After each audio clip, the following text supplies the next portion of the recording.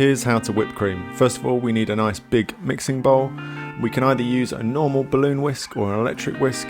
If you don't have loads to do, then a normal balloon whisk is absolutely fine. So all we do is try and whip this as much as we can, getting a nice fast movement, get as much air into it as we can as we beat it from side to side. If we're using an electric whisk, we just rotate it around, making sure that we're pulling in all the cream from the edges, and stop every now and again and test it. It's really important that you don't go too far here because you can overbeat cream. So what you want to do is you want to make it look nice and like this. So when you pull the beaters through the cream, it leaves nice lines, and when you pull the beaters out of the cream, it leaves lovely peaks. And then stop right there. Don't carry on, don't be tempted to have another few goes at it, just leave it there. Otherwise it can look a bit like this. So that's how you whip cream. Enjoy.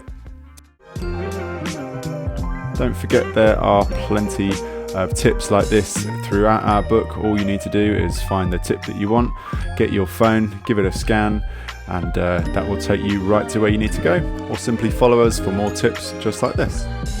Enjoy.